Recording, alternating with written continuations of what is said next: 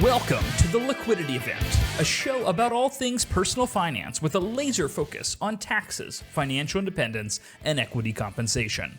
Hosted by AJ and Shane of Brooklyn FI, each episode will focus on a personal finance topic, some driven by news headlines and sometimes driven by listener questions. And sometimes you'll just get two money nerds rambling about what they think is interesting. Just a quick note before we get started, this podcast is for informational purposes only and should not be considered tax or investment advice. Hello, and welcome to the Liquidity Event. I'm your host, AJ Ayers. And I'm Shane Mason. And this is episode 187, being recorded on April 29th, airing on April 30th. Email us your finance questions at liquidityevent@brooklynfi.com, and we will answer them live on the air. Shane, you are looking quite springy today in your Sakura Dodgers jersey. Is that what that is? Oh, is that Hideki? What's his name? Ohtani. Ohtani. I bought this in Japan, and my house has been, which I went to like a year ago, because my house has been under renovation for a year. I keep finding things as like things come out of the bags, and so it's like so yes, this is my Go Dodgers. I'm more of an Ohtani fan than a Dodgers fan, but fuck it, let's ride. It's baseball season here, baby. I got all kinds of. I got Diablos hats over here for the Mexico City team. Yeah, the Padres are playing here in Mexico City. I love when Los Padres? Yeah, Los Padres. There was a bunch of them on my flight from. I was like, why are there 50 Padres fans on my flight from Tijuana to Mexico? And I guess they drove over the border and flew back with me because they're playing. I love when like the NFL or the MLB has a game here in Mexico because they just go wild for it. I mean, we're about to have the World Cup. Are you going to try to go? No, I will not be in Mexico. I'll be gone by then. So I'm hoping these renovations get done by then, because I'm hoping to rent the house out for like $1,000 a night or something. But at this rate, the house will be done with renovations sometime for the next presidency in 2028. So vamos a ver. What about you? Vamos a ver. What's going on? I'm also doing some renovations, hence my empty bookshelf behind me. All the books have left, and I just put a little dinky collection here. Trying to flex my intellectual might by selectively choosing what our listeners see on the shelf. Anyways, today on the show, corporate America is printing money while consumers feel broke. SpaceX is buying coding startups with monopoly money. Divorce lawyers are unearthing secret bank accounts. And Ramp is hiring a head of content because apparently being the Amex of B2B isn't enough. Plus, a listener wants to set up a trust for grandchildren that don't exist yet. I'm excited to talk about that one. Let's get into it. So you got this article from the Wall Street Journal. Corporate America is minting money, and not just in tech and finance. So we've seen these trends that tech companies are doing better than ever. We've got this potential AI bubble. But this writer is pointing out that it's not just the tech sector. It's your regular old heart of America businesses. What was your take on this article saying that the K-shaped economy is alive and well? The top 1% is doing better than ever, and the bottom percent is struggling to put gas in the tank. Yeah, that's my take. Essentially, there's still two American economies. One of them is doing great, and the other one is struggling to buy eggs at the grocery store. And like yet again, whether it's COVID or the Iranian war or I don't know, betting on Kalshi, the people that have access to the administration or that have budgets to handle the AI disruption or can handle the vicissitudes of disruption are doing great as usual, and they're able to plan for these types of things and shelter from the storm. And then your everyday American, who seems to be the sacrificial lamb of the past 60 years of American capitalism, continues to struggle. And that's why you see either a far-right candidate like Donald Trump being elected or a far-left candidate like Mamdani getting elected, and just a real lack of moderates rising to the top, because everyone's trying to break the system because it's not working for half of the people in the country, is my take on what's going on here. I mean, what were you thinking when you got through this article? It's essentially just saying like corporate America's doing great, so deal with it, is my bottom line take. Yeah, I mean, to your point, 60 years ago, like there was this shift, right? Because post World War II, there was this investment in the middle class, right? Let's create a middle class. Let's make homes affordable for returning veterans. Let's have people have a bunch of kids. Let's create a smarter, educated workforce who's going to be more productive. And we've just kind of lost that. And I think our current administration was sort of trying to pull out the World War II playbook and be like, hey, let's start a war. Maybe that will help our economy. And it sort of seems like it maybe did if you're just looking at the stock market. But as we all have experienced, gas prices are bananas crazy. We were just in San Diego last week, and Shane, on my way in the Uber from the airport to our hotel, I saw $7.23 a gallon for the regular unleaded, which is just, I've never seen that before. I mean, I remember like when we were in college going on road trips, like $5 was crazy. That was I forget which gas crisis that was. But seeing $7 in California is, people can't go to work, right? Or that's like, oh, I'm not going to eat today because I got to drive. I have to pay for this gas that's 40% more expensive than I'm used to. One of my favorite quotes from this article was from our friend, the CEO of Amex. So who does best in an economy where you have outsized spending at the top? We have more people getting rich and getting way richer, while the poor are getting poorer. It's the credit card companies. Those are the winners here. So our lovely Amex CEO has this quote, which is basically saying that you and I, as millennials, as big spenders, are keeping the entire economy afloat. He said, it's not every millennial and Gen Z, it's the cream of the crop. So like, what does it tell you that a public company CEO is admitting on an earnings call that one little teeny tiny percentage of the population is propping up the entire economy? Nothing good, right? Yeah, business owners. I mean, we just need some sort. I mean, like you mentioned earlier, the last time that the middle class really benefited from a broad expansion of the economy was because the highest marginal tax rate was at 90%, right? And right now the highest marginal tax rate is at 37%, and you have to be earning more than $600,000 to even be close to that marginal tax rate. So you have to be in the top 0.5% of earners to be close to 1/3 of the marginal tax rate that we experienced in a post-World War II economy. So I'm not an economist, but there are some obvious disconnects between 1950s, 1960s, and what we're seeing here in terms of wealth inequality. Anyway, sorry about that, folks. We had an unexpected visitor at Shane's apartment. It was just the contractors, but they did have cute little vests on. I saw them walk by. They do wear cute vests, I must say. It was very cute. It was a very cute vest, actually. It was green. I really like that. It was like a bright, like Kelly green almost. Yeah. Anyway. I would trade the vests if they showed up when they said they would show up. I would take that trade any day of the week. But alas. Speaking of taking that trade, SpaceX says it can buy Cursor later this year for $60 billion or pay $10 billion for the work they're already doing together. $10 billion. $10 million. We're going to show our millennialness with the Austin Powers quote. Yeah, exactly. SpaceX, FKA, what? AIX, FKA Twitter, FKA whatever, Elon. Like Eli, he's just like rolling. He's like, let's tack this on. Oh, we need some AI. Let's tack this on. Oh, we want to build a coding platform to compete with OpenAI. Let's buy this. Let's buy that. Oh, let's throw out this contract. Let's just buy the whole thing instead. What are we doing here? I guess we're getting a SpaceX IPO soon. Apparently, it's going to be maybe the biggest IPO ever. This is a company that launches rockets, does a bunch of AI research, is building data centers, maybe a bunch of, the usual cats are investing. NVIDIA's putting some money into this. What was your take here? I mean, sorry. One thing I want to point out is that there was a New York Times story about to be published, and Elon goes on X, FKA Twitter, and scoops them in the story that his PR people probably placed with them. This is like, I love FKA Twitter. For our listeners who have never heard of FKA Twigs, FKA means formerly known as. Just a heads up. Sorry. Yeah, no, it's all good. Sometimes I do the same thing where I'm running with a joke and I forget that our audience just has no idea what we're even referencing. But I'm cracking up, or you're cracking up, because it's just jokes between the two of us.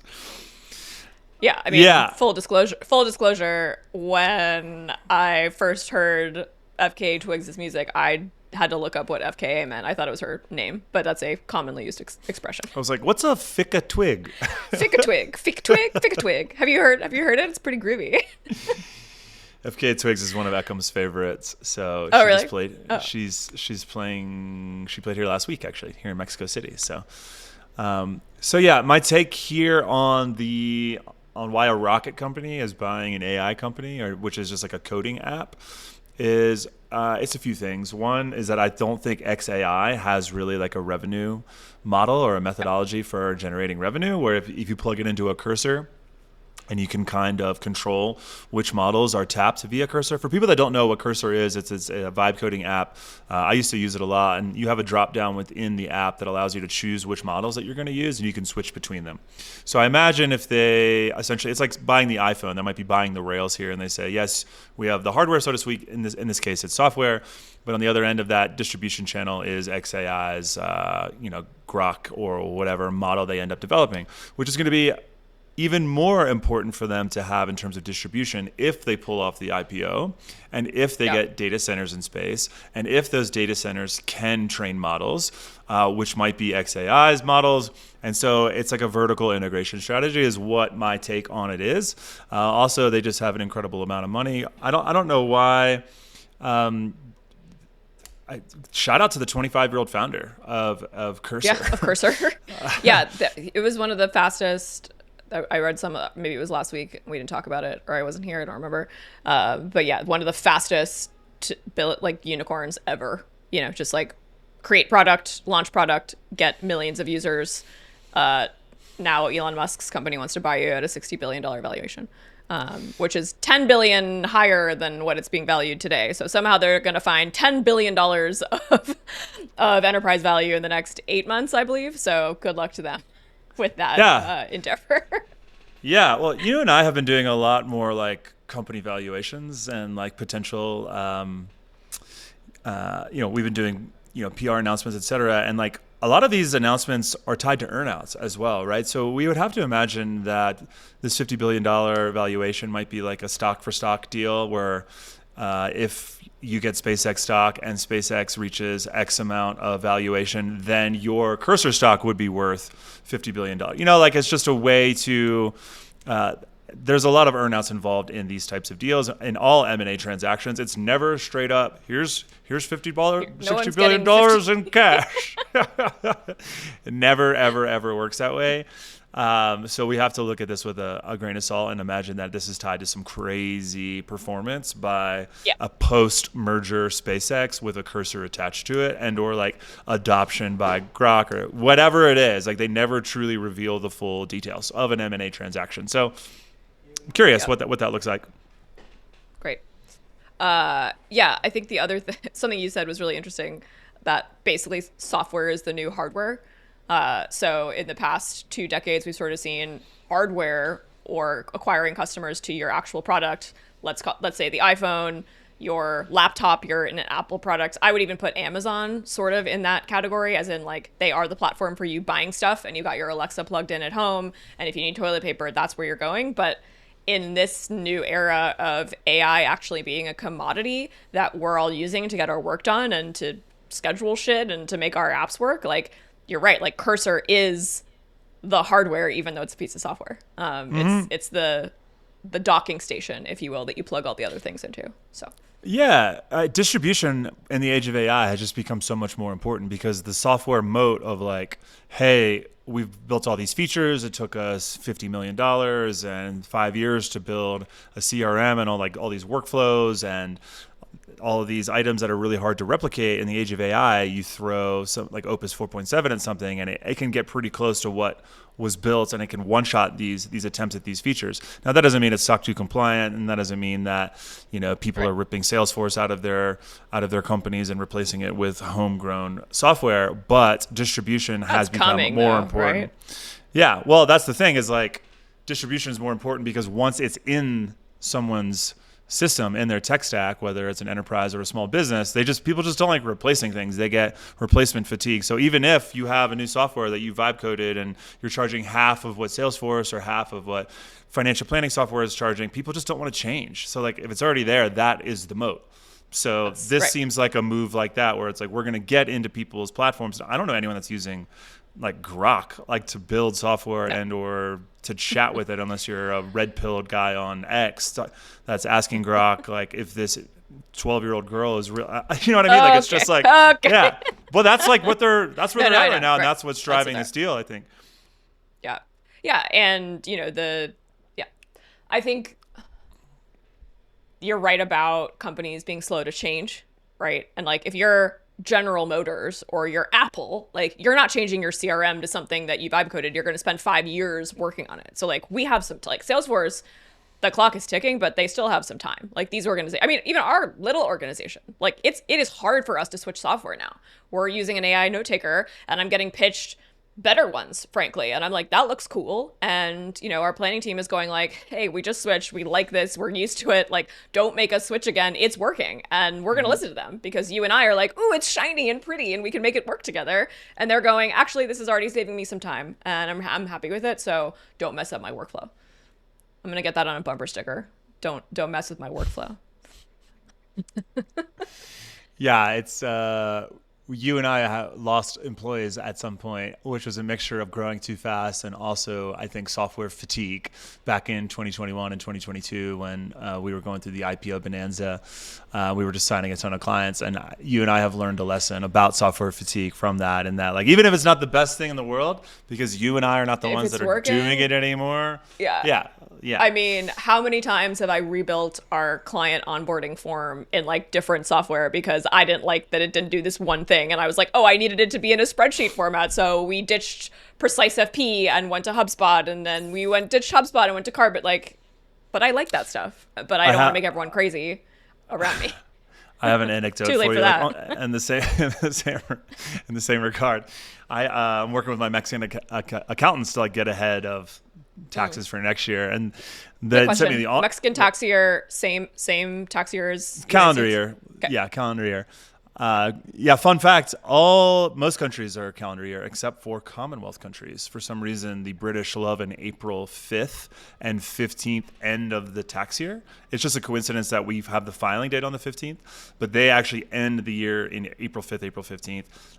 So I think, and Australia has a June 30th year end. So it's really fun when you're trying to do foreign tax credits and you're trying to do an apples to apples between the two tax forms, and you have to do it's really fun when you've got 17 Palantir grants vesting in the UK and Canada and New York at all different times, and we got different tax deadlines. But you cannot DIY this, dear listener. Do not try to DIY it. Opus 4.7 can't figure it out either, so don't come at me about how. What was your anecdote? We're not necessary anymore. Anyway, so I got an onboarding form from it's like a law firm that has a tax team attached to it, and it was a Word doc, AJ. It was a Word doc. Oh yeah. And it took about 12 back and forths to understand how to handle the Word doc, despite throwing in an AI and giving all the answer. Yeah.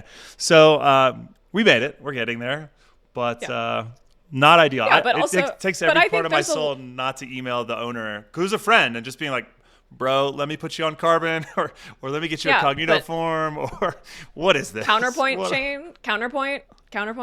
Maybe they have 100 clients because, you know, they're expensive and they're really good at what they do and they're super niched. And maybe that's actually the best solution. And maybe teaching everyone how to use a CRM, and like, unfortunately, like at the end of the day, everyone knows how to use a Word document. Like the Word document's not going to break. And like you are probably in the top, 2 percentile of technology users, and most people are in the bottom 50%. So in defense of the Word document, I have noticed, especially when we talk to, it's like super high-end law firms or like super high-end asset managers where you have to have 20 million to even get in the door. They've got Word document intake forms. Right. Sure. Because they don't need to have technology, because you're in the door because you're going to work with them, not because you like their slick onboarding process. Whereas, our clients who work in tech are obsessed with a smooth process and they really appreciate it. And when it works, it's beautiful. And when it doesn't work, it's very frustrating for everyone. Speaking of very frustrating for everyone, inside the financial infidelities that tear marriages apart. There's a huge Wall Street Journal focus on divorce and the financial realities of divorce. Did you know that roughly 1/3 of Americans who married said that their first marriage ended in divorce, according to Pew Research data from a few years ago? I thought it was more. I thought it was 50%. Yeah, that's because you can get divorced like 6 times. That's okay. I actually recently watched multiple offenders. Yeah, there's one guy repeat customers. Yeah, there's one guy. I just watched a video about this for some reason. I've been watching a lot of YouTube lately because I don't know why. I think I unsubscribed. What was that Scott Galloway thing where he's like unsubscribe from everything? Unsubscribe from Amazon. All the delete big and bad unsubscribe. boys. Yeah. So I've been watching a lot of YouTube lately, and then one of those popped up. It's funny, you can just like kind of prompt it. It's like YouTube was the original AI. Like, this is what I want. Talk to me about it, and then it sends you a video where it kind of talks at you about it.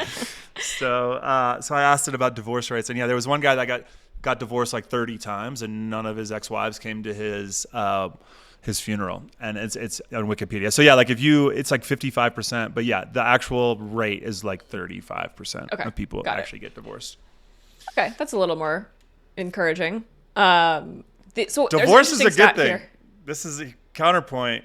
Divorce, the ability to get divorced is a good thing. Otherwise, you have to kill your spouse. Otherwise, it's what's it called? Uroxicide. Uroxicide is the killing of your spouse. Uxoricide is how you say it. I learned this while writing my book. Fun fact. Divorce or murder are really your only options here.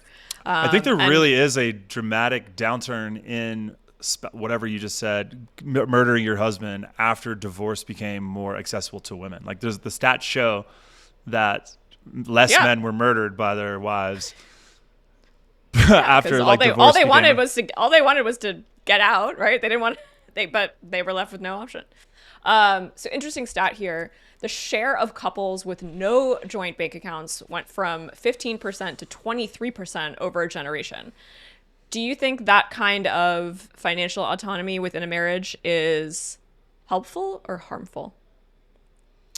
Financial autonomy? I don't know. I wouldn't know. I've never been married, but I do. I personally have always been a fan of one joint account for going out to eat.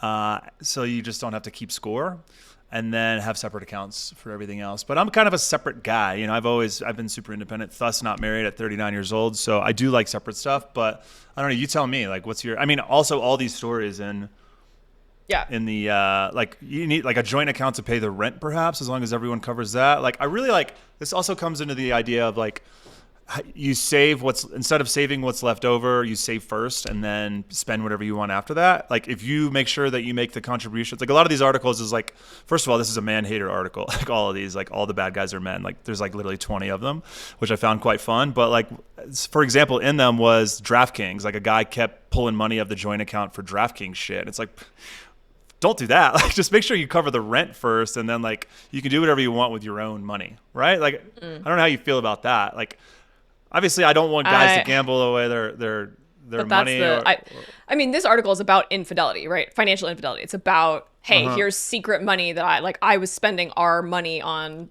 mostly gambling addiction, and it's like, okay, so what's the difference between gambling addiction and, you know, an Amazon addiction? Like, there's some commenter was like, yeah, but all these fucking Amazon packages keep showing up. I don't know what's in them, and it's like, you know, Amazon could be toilet paper, or it could be, you know, shoes or whatever the stereotype women spend money on. You know, or like outfits for the dog, you know, like it's anything. Well, that's a must-have. Dressing up your dog is a must. We will not. That's not financial infidelity. That's awesomeness. Everything can be justified. I think that having anything that you might be hiding from your partner, I think that's a signal that you're headed towards divorce. If you're not in complete trust of what your spouse is up to, I think it can work. I think there are couples that work, like every single couple is different, right? The financial planning platitude, it depends. But you have a there's a higher likelihood that you end up in a fight if you don't know about something and you learn about it later and it seems like it was being concealed. So yeah, in my marriage, we have separate accounts, but we can see everything. And frankly, as your finances get more intertwined with buying property together or having kids, like at a certain point, it actually becomes inconvenient to have separate accounts. I remember Nabil and I added each other to our regular old Chase bank accounts a couple years ago when we had to make a tax payment. And it was like, oh my God, it's April 14th and I need to make a tax payment. And like, for some reason, all the cash is in your account. And like, what do we do? And it was like this nightmare, and Chase would not let me pay my tax bill from his account. It was a whole thing. So after that, we were like, we got to solve this because this is going to be a hurdle towards financial harmony in the future.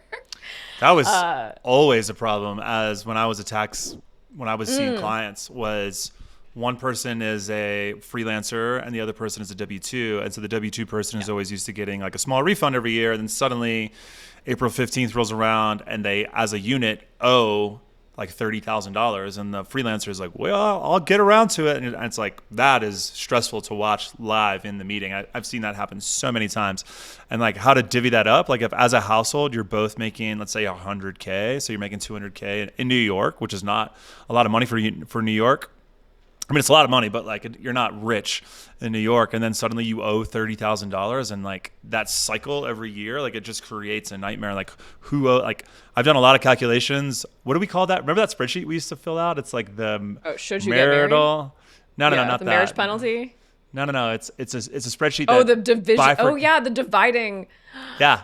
I didn't like that, but people asked for it, right? You made it because you had so many tax clients ask for it, right? It was like, hey, I need to know what's my part of the tax. But that's what I mean by like, it's very like finger pointing, right? And it's like, well, this person is a freelancer. They started their own business. They work from home. They're able to get your packages. They're able to do more stuff around the house. Like maybe you're on their health insurance. Like there are trade-offs, and to think of it as like, I contribute 65% of the income and therefore should pay 65% of the taxes. I don't like that scorekeeping.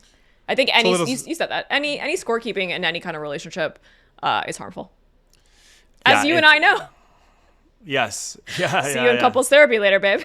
Yeah. It's not ideal. But you can't do zero scorekeeping. I mean, I guess the ideal is, you have an idea of what the score is, and then you try to over-contribute. And that way, both people are trying to over-contribute, and that way both people feel like they're being taken care of, and they both feel like they're very special, and they are lucky to be in the relationship. This has suddenly become relationship therapy, but like I think that is a recipe for success and a antidote for divorce, which a lot of these infidelities came from people that were like emotional distance grew, and then they started cheating like financially or emotionally or getting distant, and then they started becoming spiteful. And there's a lot of stories in here about men or women, mostly men in this case, like doing very spiteful things, like arguing to keep the animals, or spending $10,000 to keep a $1,000 table because his wife like really liked it and he just didn't want her to have it. And just like a lot of like mean, nasty shit. Like divorce just, I know it's not I think moving is the most stressful thing supposedly that you can do to your nervous system, because it just totally fucks you up. And as someone that's been moving for 2 years, I'd have to agree with that. But I'm surprised that divorce isn't higher up the chain on that list of stressful items. Wait, you're saying moving is more stressful than divorce? Read it, look it up. That's okay. That's an old study. As a child of a divorce that took 11 years, I would argue that it's divorce and not moving. Personally, I'll take moving any day. That's what we call every day for the rest of my life to not go through that again. That's what we call anecdotal evidence, live on the pod. Wow. Live on the pod. Oh man, we're out of time. We didn't get to talk about ramp. Yeah, we're out of time. We didn't get to talk about ramp, and we didn't get to talk about the trust for grandchildren. I think that's fine. I think those are evergreen. I think we talk about that next week. Right on. Yeah, that flew by. Yes, thank you so much for listening. Email us your finance problems at liquidityevent@brooklynify.com. Tell us your divorce stories. And finally, Stans can leave us a review if they want to be weird about it. See you next week.